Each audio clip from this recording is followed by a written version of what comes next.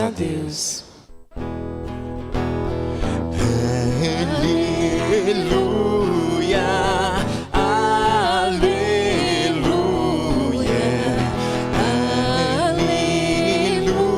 aleluia, aleluia. Mostrai-nos, ó Senhor, vossa bondade e a vossa salvação nos concedei. Aleluia.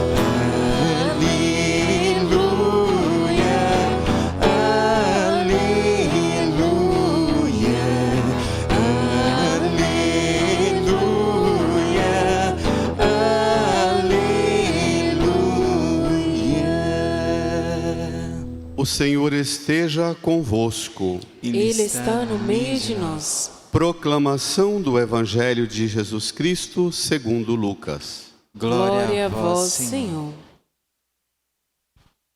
Naquele tempo, disse Jesus a seus discípulos: haverá sinais no sol, na lua e nas estrelas. Na terra, as nações ficarão angustiadas com pavor do barulho do mar e das ondas. Os homens vão desmaiar de medo, só em pensar no que vai acontecer ao mundo, porque as forças do céu serão abaladas. Então, eles verão o Filho do Homem, vindo numa nuvem com grande poder e glória. Quando estas coisas começarem a acontecer, levantai-vos e erguei a cabeça, porque a vossa libertação está próxima. Tomai cuidado, para que vossos corações não fiquem insensíveis por causa da gula, da embriaguez e das preocupações da vida. E esse dia não caia de repente sobre vós, pois esse dia cairá como uma armadilha sobre todos os habitantes da terra. Portanto, ficai atentos e orai a todo momento, a fim de terdes força para escapar de tudo o que deve acontecer e para ficardes de pé, em pé, diante do Filho do Homem. E para ficardes em pé diante do Filho do Homem. Palavra da salvação. Glória a vós, Senhor.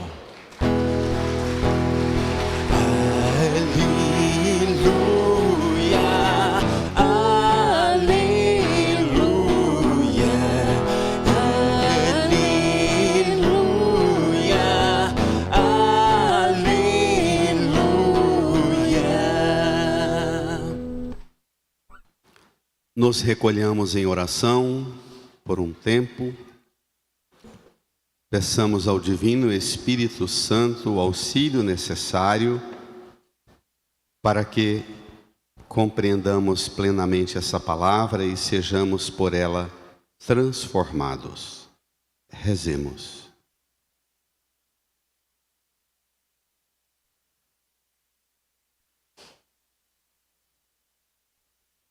Amém. Irmãs e irmãos, com o pôr do sol de ontem, sábado, iniciou já o domingo. Para a visão do povo da Bíblia, o dia começa com o pôr do sol. E ontem à noite e hoje domingo, nós já estamos num tempo novo, o tempo do Advento. 4 semanas que antecedem a celebração do Natal. Nessas 4 semanas, nós meditamos o mistério da vinda do Senhor, das múltiplas vindas. O Senhor sempre vem. É Ele que vem agora nessa palavra, é Ele que vem daqui um pouco no seu corpo e sangue, na Eucaristia. É Ele que vem na pessoa de cada irmã e irmão com quem nós convivemos e nos relacionamos. É Ele que vem nos acontecimentos da vida e da história. Mas tem duas vindas que são o realce por excelência. Aquela primeira vinda no Natal, o presépio já começou a ser montado, ele veio. E a sua futura e próxima vinda, no tempo de Deus, na plenitude dos tempos, quando Jesus vier e definitivamente estabelecer o senhorio de Deus sobre todas as coisas. A missa é o sacramento dessa espera permanente. Na celebração da Santa Missa, nós repetimos por várias vezes a expressão que alude à vinda do reino de Deus. Na oração eucarística, particularmente, ela remete todas as vezes na oração eucarística e no rito da comunhão, se remete à vinda futura do Senhor. A vinda dele agora, nesta palavra e na Eucaristia, está a serviço de preparar-nos, capacitar-nos, qualificar-nos para aquela vinda definitiva. Portanto, a pergunta da Laura na porta da igreja: por que o padre está de roxo? Eu mostrei para ela o folheto da missa e falei: que cor é essa no seu folheto? Ela disse: lilás. É um tom, uma variante do roxo nesse papel. Viram, crianças, que nós não cantamos o glória? O aleluia é num tom bem menos efusivo e com aquele clima pascal que nós glorificamos, da grandeza da glorificação que cantaremos no Natal. O aleluia num tom bem mais introspectivo. Tudo remete, diminuímos as flores da igreja e tudo remete a um ambiente mais para voltar para a interioridade nossa. O Senhor vem. Ele veio há 2000 anos atrás, ele virá. O que Deus quer de nós e conosco é uma relação de intimidade. Pegue comigo a última frase do Salmo, o versículo 14 do Salmo 24. Eu gosto demais dessa expressão. Leia comigo a última frase. O Senhor se torna íntimo aos que o temem e lhes dá a conhecer sua aliança. Intimidade com Deus. Intimidade com Deus. Sabem que uma das mais dolorosas experiências que um padre pode ter na vida é ele não dar conta de conduzir o povo de uma comunidade a buscar a intimidade com Deus. Intimidade. Intimidade com Deus, e a partir dessa intimidade, ele dá a conhecer a aliança.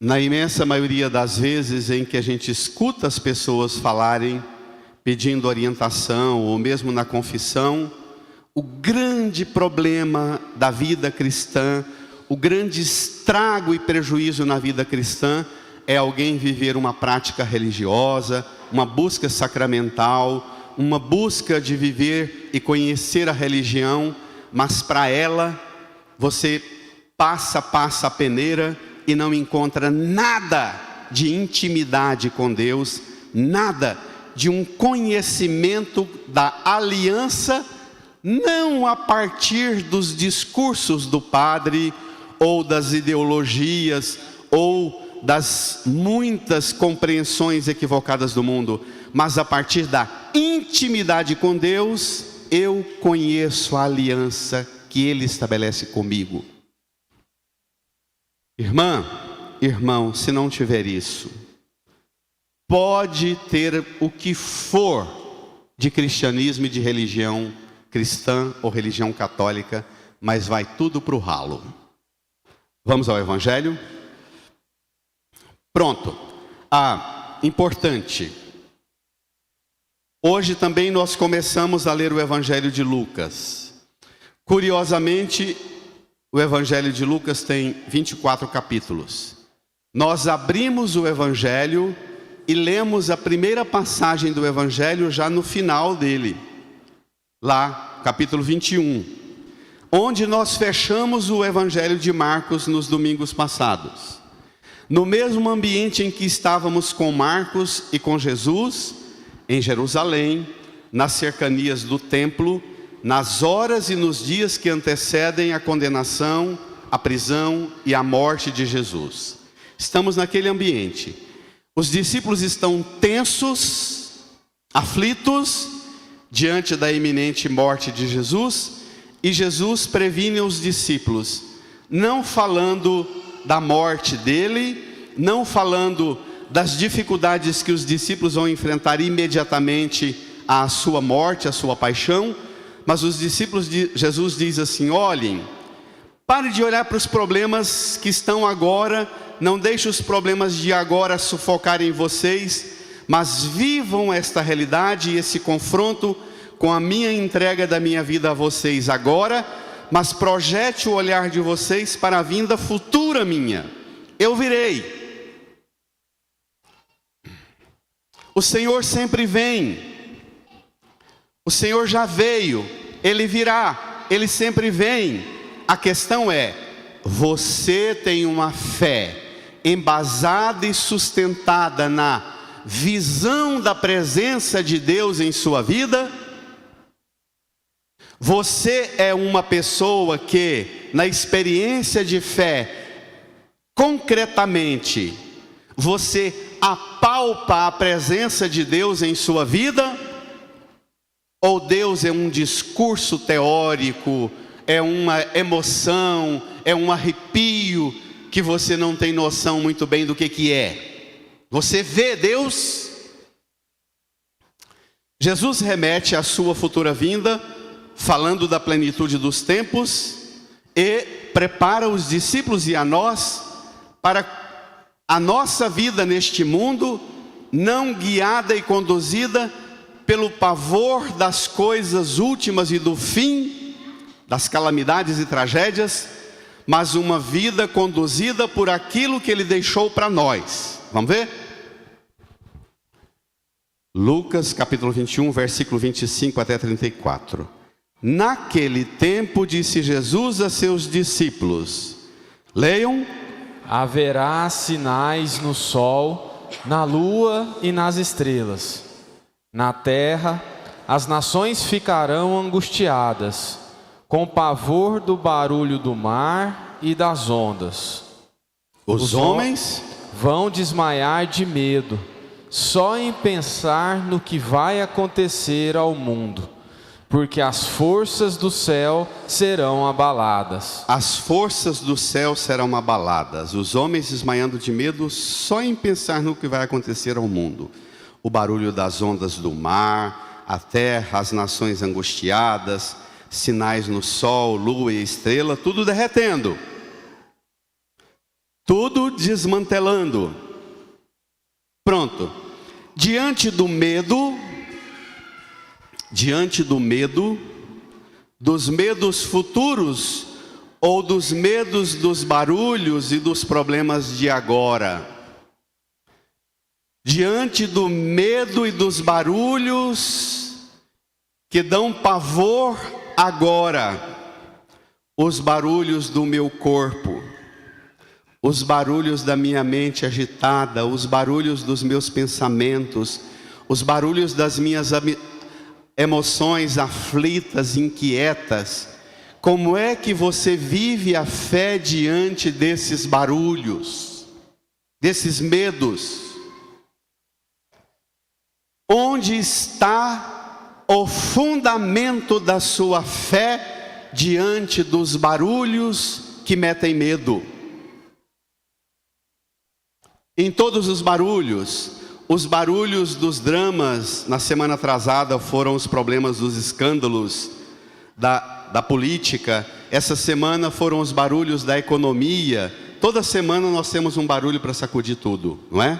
No mundo, na sociedade. Temos os barulhos também das coisas parecendo derreter tudo em nossa casa, em nosso casamento, em nossa família. Temos os barulhos, parece tudo desabar no mundo do trabalho, da sua profissão.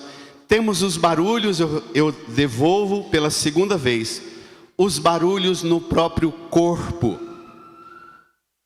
Os barulhos, quando a idade chega, os limites vão aparecendo e que você começa a perceber, escutar de uma maneira diferente sua respiração, o movimento do seu corpo. Como é que você confronta-se com esses barulhos? Onde entra a fé ante os barulhos que metem medo no mundo? Cadê sua fé? É disso que o Evangelho está falando. Vamos lá? Diante dos barulhos que metem medo, que podem provocar um alvoroço, onde deve estar o cristão, a cristã? Versículo 27. Olhem e bradem com este versículo. Então, leiam. Eles verão o Filho do Homem, vindo numa nuvem com grande poder e glória. Como víamos no Evangelho de Marcos há 2 domingos atrás. Tudo derretendo, tudo dissorando.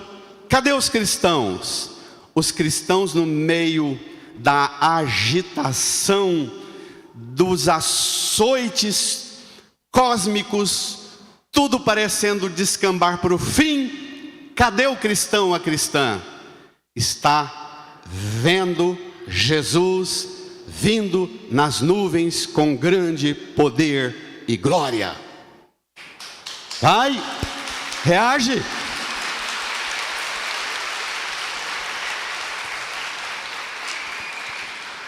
Você vê o senhorio de Deus, você vê a presença de Cristo com grande poder e glória no meio das aflições, tribulações da sua vida?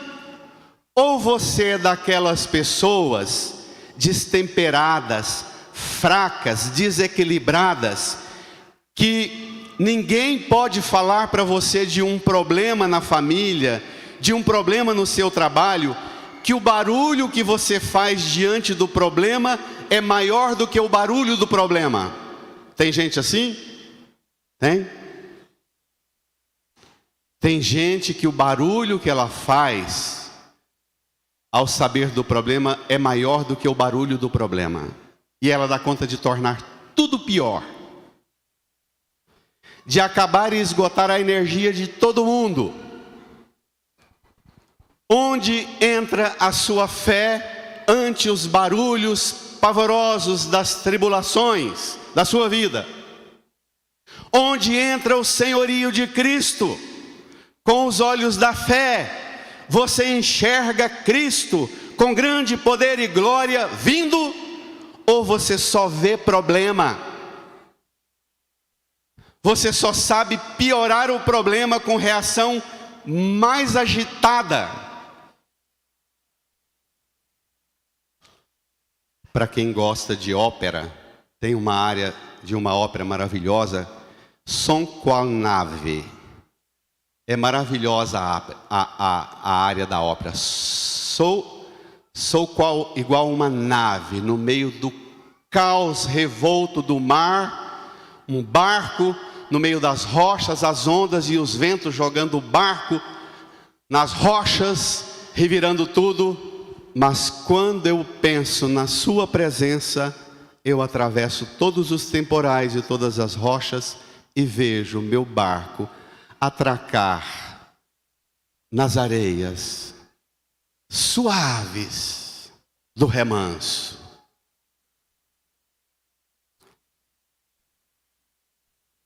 Você vê, preste atenção nessa expressão, ver o Filho do Homem.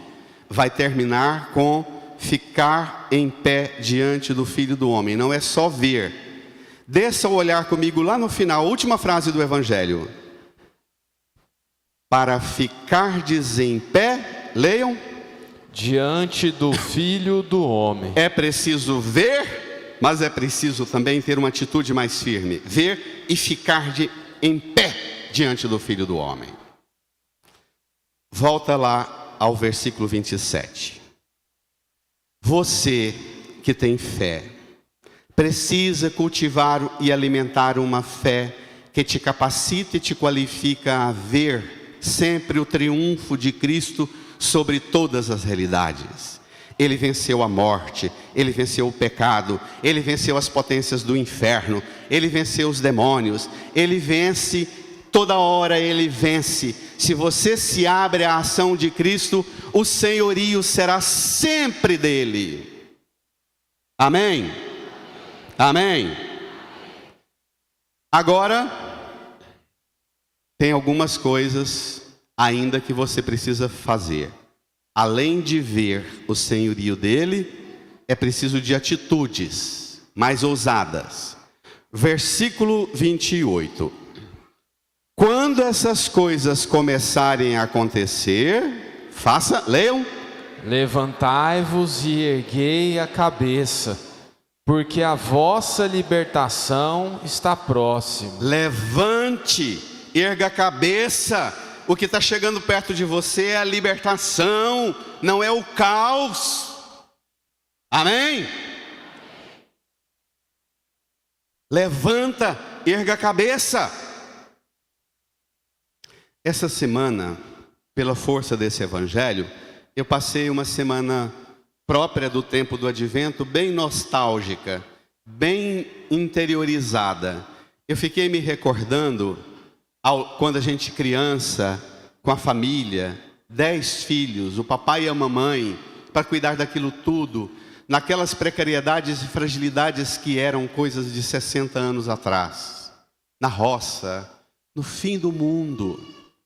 Como é que os dois davam conta de administrar as tribulações, as tragédias, os conflitos, os dramas?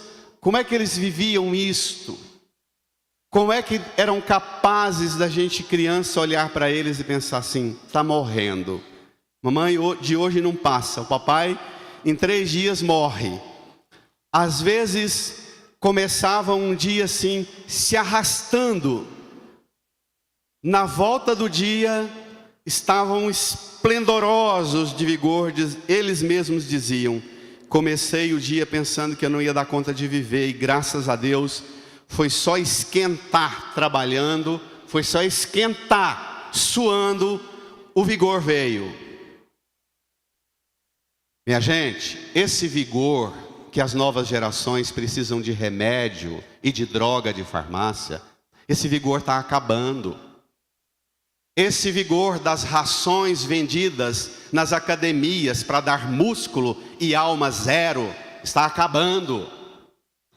Este vigor que capacita e qualifica mulher e homem a levantar, a erguer a cabeça, embora o despertador tocou e a vontade de capotar na cama e não levantar, mas ao primeiro ruído joga tudo. Lembra do cego de Jericó?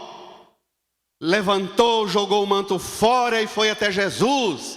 Levanta, joga o manto fora, erga a cabeça, vá até Jesus, reage. A vontade é de capotar, a vontade é de enterrar tudo e dizer não, eu vou é fechar o resto da cortina da janela, eu vou é capotar. Não, a fé supõe uma coragem ousada de reação interna. Abrir os olhos e ver Deus, levantar, erguer a cabeça, são movimentos básicos da dinâmica do despertar cada manhã, não é não? São movimentos cotidianos, quase assim, irreflexivos, você faz sem perceber, mas é preciso passar a fazer esses movimentos com um comando interno. A minha libertação está próxima. A fé supõe esta coragem de gritar aqui dentro interiormente, como um sino que tocava nas torres das igrejas, lá no alto, tocar aqui dentro um movimento, um som, a minha libertação está próxima. Eu vou levantar, eu vou erguer a cabeça, eu vou. Jesus previne que tem uma doença grave que pode impedir você de viver a fé capacitado e qualificado para essa força. Não é simples ver o caos, escutar o barulho de tudo derretendo, desmoronando. Não é simples ver Deus, não é simples. Supõe um processo muito elevado de capacitação e qualificação na fé. Vamos enfrentar. Versículo 34. Tem uma cardiologista aqui, que ela vai agora fazer um teste cardiológico espiritual em nós. Agora é a hora de você entrar naquelas máquinas e avaliar como é que está seu coração. Versículo 34. Nós saltamos do versículo 28 para o 34, só uma nota. Sabe o que estão nesses versículos? Em Lucas, aquela parábola da figueira que nós vimos em Marcos. Mas em Lucas ela é bem mais longa, estende bem mais. Como já vimos em Marcos, aí a igreja tira ela daqui, para não ficar aquela repetição redundante. Mas esses versículos que saltam aí do 29 até o 33, é aquela nota sobre a figueira. Lembra da figueira? Os ramos ficam verdes e você sabe que o verão está próximo. Reage! Versículo 34. Tomai cuidado. Leia. Para que vossos corações não fiquem insensíveis por causa da gula, da embriaguez e das preocupações da vida.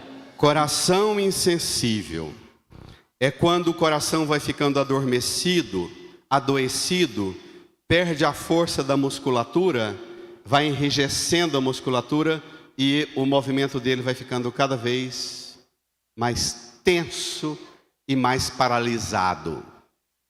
Jesus diz que se você não está dando conta de ver Deus, de levantar e de erguer a cabeça, a doença não é fora e o problema não é do mundo, não é da igreja, não é dos cristãos, não é da política, da economia. O problema está na interioridade sua. Um coração insensível. Seu coração adoece por 3 causas graves: a gula, a embriaguez e as preocupações da vida. Existe isso hoje? Existe? Vamos aprofundar um pouco mais detalhadamente do que pode ser essa gula hoje, a embriaguez hoje e as preocupações da vida agora. A gula, na linguagem bíblica, remete àquela pessoa, crianças. Laura, está me ouvindo aí? A gula remete àquele tipo de comportamento de uma pessoa que quer passar essa vida reduzindo tudo em aventura prazerosa. Tudo tem que ser prazeroso o tempo inteiro. Na sala de aula, na missa, na hora de fazer tarefa, tem que ser tudo prazeroso, porque senão não compensa viver. A gula aqui representa a pessoa que reduz a vida dela à dimensão do prazer. Tem que estar prazeroso o tempo inteiro. Começou a ter um pouquinho de dificuldade, começou a ter que suar um pouco, de se esforçar um pouco, não compensa não estar prazeroso. Muda-me de escola porque esses professores não prestam. Tira-me desse emprego porque esse emprego não presta. Está o tempo inteiro mudando e caçando e procurando um outro relacionamento mais prazeroso. Existe isso hoje em dia, gente? Peça ao Senhor para curar e libertar você da escravidão prazerosa, da lógica da escravidão prazerosa. A base da economia do planeta hoje é a base da sedução prazerosa. O tempo inteiro a gente está na cultura da excitação e dos estímulos dos sentidos para comprar e buscar alguma coisa prazerosa. Ou você tira os seus sentidos da domesticação, o sistema, a ciência, com todo o respeito a quem trabalha no mercado, no comércio, com todo o respeito para os publicitários e para quem trabalha com marketing. Mas a lógica do mercado hoje é domesticar todo mundo à sensação de uma vida prazerosa. Em todas as dimensões. A embriaguez sai do prazer e vai para a distração. A embriaguez representa aquele tipo de comportamento da pessoa alienada, fora da realidade. Ela está o tempo inteiro com foninho de ouvido, tuque, tuque, tuque, tuque, tuque, tuque, tuque, ou com a tela na frente dela. Ela está o tempo inteiro fora da realidade. Existe isso hoje? Toda hora que você vai conversar com ela um problema daqui de casa, dos filhos, do casamento, ela acha que não é hora. Porque ela nunca está preparada para a hora. É um alienado, escravo de uma embriaguez, de um torpor. A gente pensa nos vícios mais graves, da droga, da bebida, mas existe um vício escravizante de gente que entra em si mesma, em si mesmo, e ela vive um estado letárgico permanente de alienação. Ela não dá conta da realidade nunca. Peça ao Senhor para curar as fibras do seu coração, daquilo que transformou você num depósito de coisas prazerosas, depósito de coisas embriagantes. Peça ao Senhor para curar seu coração. Tirar de você aquilo que desqualifica você da capacidade de enxergar a realidade tal qual ela é. Caos, sol, lua derretendo, nações angustiadas, barulho do mar, gente desmaiando de medo, mas você não. Você enxerga a realidade, vê a realidade, interpreta a realidade, enfrenta a realidade, transforma a realidade, porque você tem a visão da fé. Você se alimenta para ser uma pessoa saudável e não para ficar como um rato domesticado toda hora mastigando uma coisa. De vez em quando eu tenho que, na hora de dar a Sagrada Comunhão, falar para alguns desavisados e despreparados: para de mastigar esse troço que está na sua boca, tira esse chiclete, o diacho está na sua boca, pare de ficar mastigando o tempo inteiro, até na hora de receber a comunhão. Quantas vezes eu tenho que dizer: por favor, tire isso que está na sua boca, antes de te colocar o corpo e sangue de Cristo na sua boca? Porque não dá conta. Ela tem que estar o tempo inteiro ruminando uma coisa, porque tem que estar o tempo inteiro na excitação. Desculpe a fúria. Som qual nave. A terceira e mais dolorosa das alienações: um coração insensível por causa da gula. Vale a pena dizer que a morte do coração, que era muito própria de nós homens, as mulheres cada vez mais aproximaram de nós por uma questão de falta de educação na alimentação, por maus modos no cultivo dos hábitos básicos de comer e beber, não é?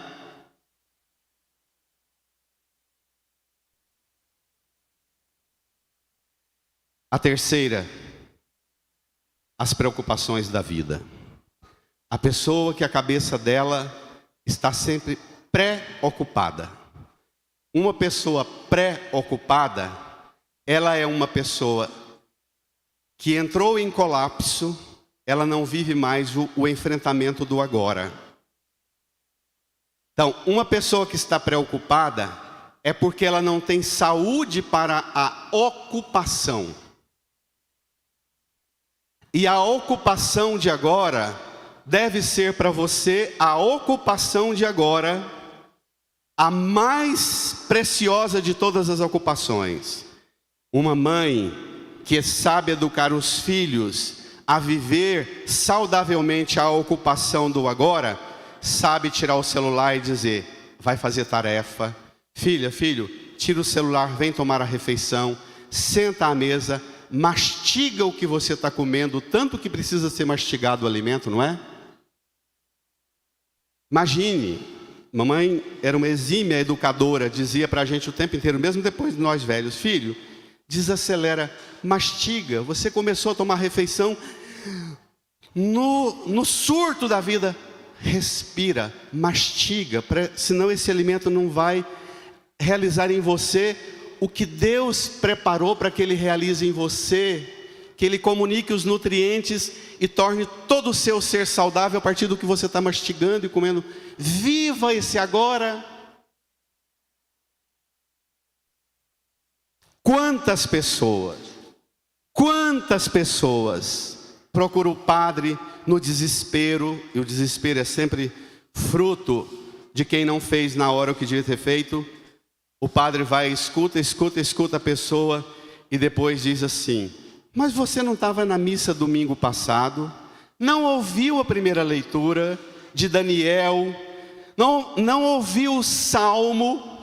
Não rezou o Salmo? Não ouviu a segunda leitura da carta de Paulo aos Tessalonicenses dizendo que Deus confirma os vossos corações numa santidade sem defeito aos olhos do Pai, numa vida para o dia da vinda de nosso Senhor Jesus Cristo? Você não ouviu o Evangelho? A pessoa trava, olha para o padre assim com a cara séria e diz assim, o senhor é porque não tem noção do quanto a minha cabeça estava preocupada com os problemas que eu enfrento. Tá bom, diacho. Você já escolheu regular a sua vida pela preocupação. Quando Deus se ocupa em falar com você, você não ouve, porque Deus não tem novidade nenhuma, porque você já sabe o futuro, você está preocupado com Ele. Está entendendo, gente? Está entendendo a gravidade? A hora que você tira meia hora sua de oração por dia, você não reza, você fica querendo pôr Deus acelerado com você na preocupação do futuro. Você não fala com Deus, não tem intimidade com Deus agora. Está entendendo? Então, este orgulho de dizer, padre, você não sabe do que passava pela minha cabeça.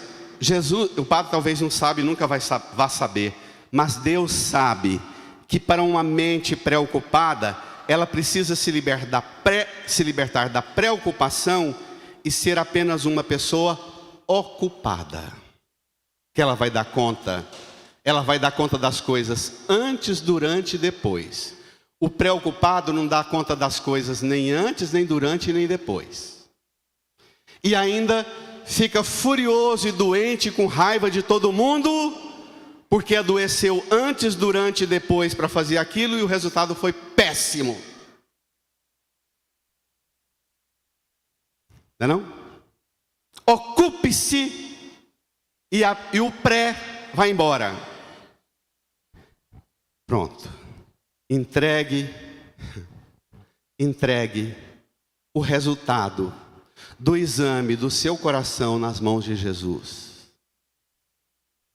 Entregue esta avaliação cardiológica de como está seu coração, escravo da gula, escravo do prazer, escravo da embriaguez e fora da realidade o tempo inteiro, escravo da preocupação. Põe nas mãos de Jesus esse exame e diga para Ele assim, Senhor, o Senhor não sabe qual é o remédio, o Senhor é o único remédio que pode curar-me. Vai, reage, vai.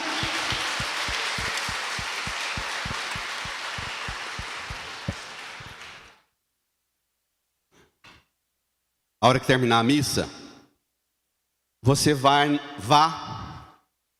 no grupo de WhatsApp do seu trabalho e da sua família, ver em que consiste a preparação para o Natal. A preparação para o Natal das famílias católicas consiste em planejar a gula, a embriaguez e as preocupações com os pacotes. Só isso. O dia do Natal, dia 25, nem gosta do dia 25 porque nem coube Jesus lá dentro do presépio da manjedoura do seu coração. Porque tinha tanto bagulho e lixo lá dentro que não coube Jesus. Permita que Jesus hoje faça uma limpeza no seu coração, para que no dia do Natal Ele venha e nós vamos celebrar a sua vinda. No dia do Natal, Jesus nasça e seja colocado no presépio, na manjedoura do seu coração, no lugar que só Ele pode e deve ocupar, mas nada nem ninguém. Amém? Amém? Não entupa-se de lixo. E esse dia não caia de repente sobre vós. Versículo 35. Pois esse dia cairá como uma armadilha sobre todos os habitantes da terra. O cristão não chega desesperado porque aconteceu uma tragédia, uma armadilha na vida dele. O cristão, a cristã diz assim: Padre, aconteceu uma fatalidade essa semana. Aconteceu na minha vida uma fatalidade. Perdi meu pai, perdi minha mãe, perdi minha esposa, perdi meu esposo, perdi uma pessoa querida, mas não foi uma armadilha. Eu não sei, Padre, mas Deus me deu uma força para lidar com este fato doloroso. Deus me deu uma força para a notícia que eu recebi do meu trabalho, das crises e conflitos que eu enfrento no ambiente da minha profissão, no mundo, na economia, na política. Deus me deu uma força, Padre, que não caiu sobre mim como uma armadilha. Aconteceu a tribulação, eu tive uma força que só pode ter vindo de Deus, e a tribulação me fez e fez a minha família sair muito mais fortalecida. Isso é fé. Amém? Isso é fé. Essa é a autoridade da fé. Versículo 36. Duas atitudes últimas, que remete à primeira. Versículo 36. Brada, igreja, portanto, ficai atentos e orai a todo momento, a fim de terdes força para escapar de tudo o que deve acontecer, e para ficardes em pé diante do Filho do Homem. Os verbos são tão fortes, né? Ficai atentos, ficardes em pé. Não diante dos problemas e do caos, não diante do barulho do mar, da lua derretendo, das estrelas, das catástrofes, tragédias, mas no meio de todo o colapso das coisas do mundo, você passa pelo meio de todas as intempéries, tribulações, movimenta-se e fica em pé diante do senhorio de Jesus, o Filho do Homem. Aleluia! Reage! Vai! Vai, igreja!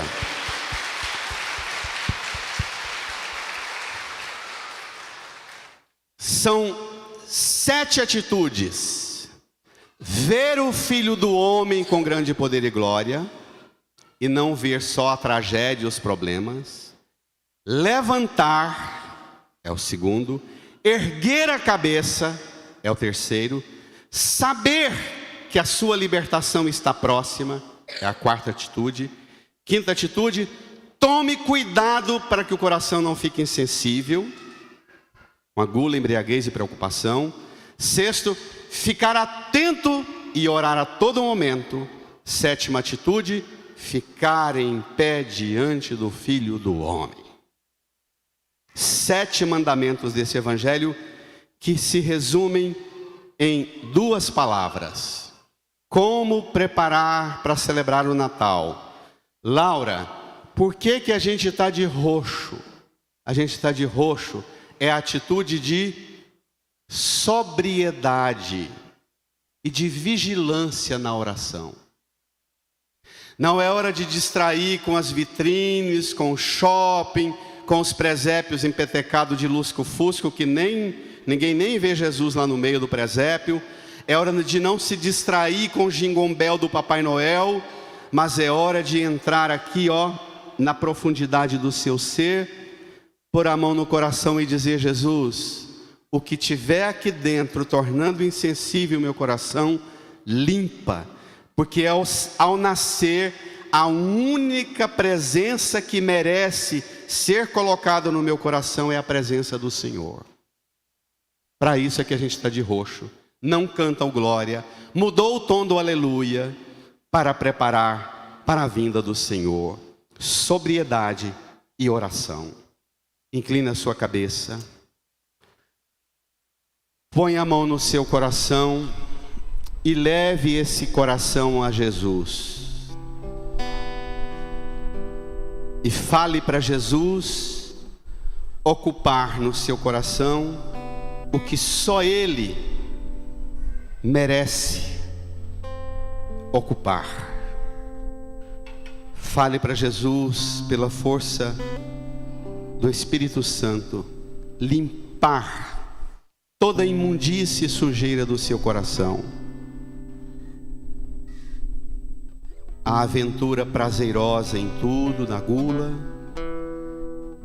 a aventura distraída, fora da realidade, da embriaguez, que Ele limpe você.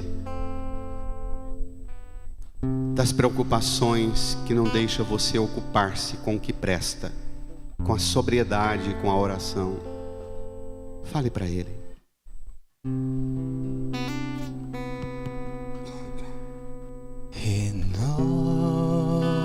Renova-me, Senhor Jesus. Põe em mim teu coração.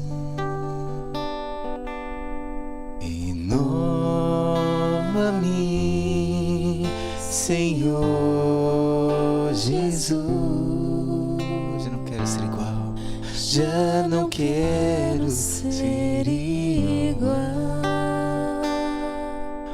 Porque tudo que há dentro de mim precisa ser mudado, Senhor. Porque tudo que há dentro do meu coração precisa mais de ti. Porque tudo que há dentro de mim precisa ser mudado. Precisa ser mudado, Senhor.